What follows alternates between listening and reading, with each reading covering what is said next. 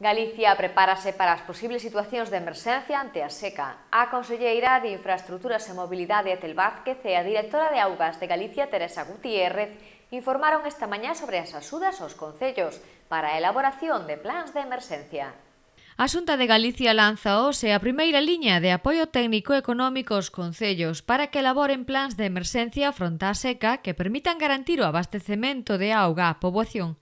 Con esa medida, a Administración Autonómica quere fomentar a prevención e a anticipación, tendo en conta que ningún municipio galego conta cun plan deste tipo e que o episodio de seca do 2017 evidenciou a vulnerabilidade dos sistemas de abastecemento.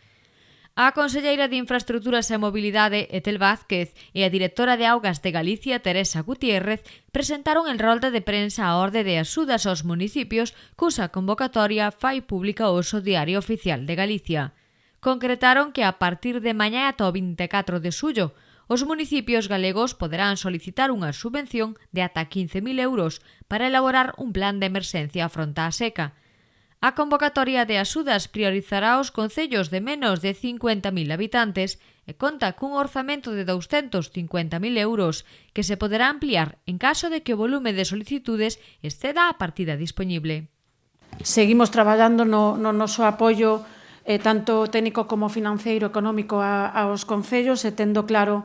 que o abastecemento da auga á poboación é un servicio fundamental e competencia municipal. Quisemos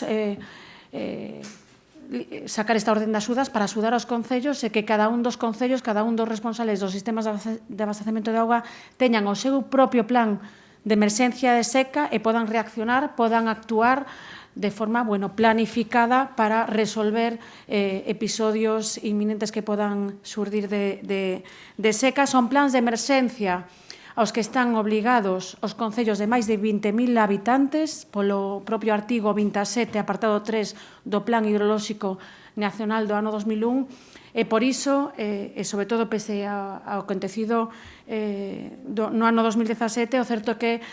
temos observado que ningún concello ten o seu propio plan de emerxencia aprobado conforme a normativa, polo menos a Augas de Galicia non se ten remetido o plan de emerxencia de ningún dos concellos de Galicia e por iso esta orden de axudas para animalos a que elaboren esos plans de emerxencia